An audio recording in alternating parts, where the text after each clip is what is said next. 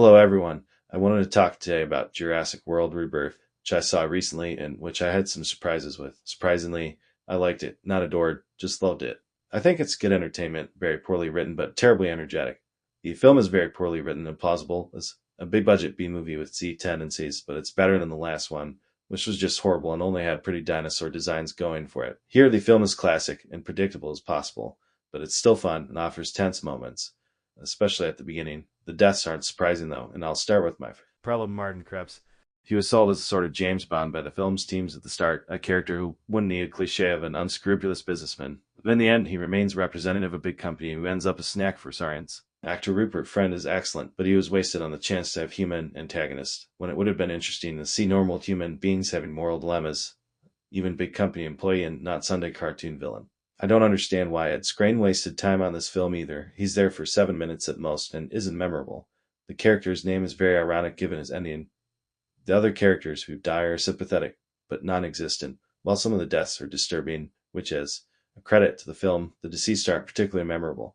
As for the main characters, Mahershala Ali is sympathetic, but useless. I don't remember any of his act. Scarlett Johansson isn't believable for her. The second is a mercenary with PSD, and Jonathan Bailey is clearly the one who comes off best. His character has a few memorable lines, and is generally memorable and touching. The casting of the Beast is also generally successful, but it still lacks truly recurring antagonists throughout the plot and dinosaur fights. Quetzalcoatlus should have died in my opinion, and Raptor fans will be disappointed.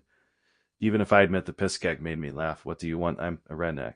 I enjoy the mutants. I don't understand why people think it's bullshit to make hybrids or mutants. It's, in my opinion, a logical continuation of things and an inevitable part of recreating something in laboratories, the failures and failed experiments. I enjoyed the Frankenstein aspect of the D-Rex, however I find the mutants rather bland. Edward's direction saves an otherwise boring, incoherent, and copied script from the other films. David Koch was a good writer on the first two. Some would say only the first, only because he had Christian's works as a model. Other than that, he is rather uneven. The film touches on the theme of trauma, but the story is far too thin to do justice to the concept. It's more show than real intent. It's hard to analyze this film as it's not much more than a fun and regressive roller coaster. The special effects are uneven, between very good and very bad. Some green screens are very visible.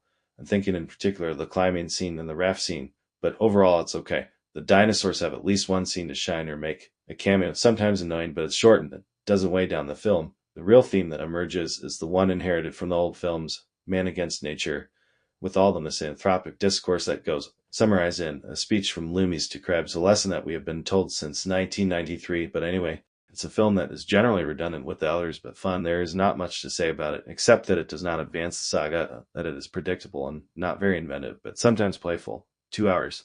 To clear your head, a little sad to say. My favorite film of the saga is directed by Spielberg, but is not the one you think. Ah, what? A troll. Goodbye.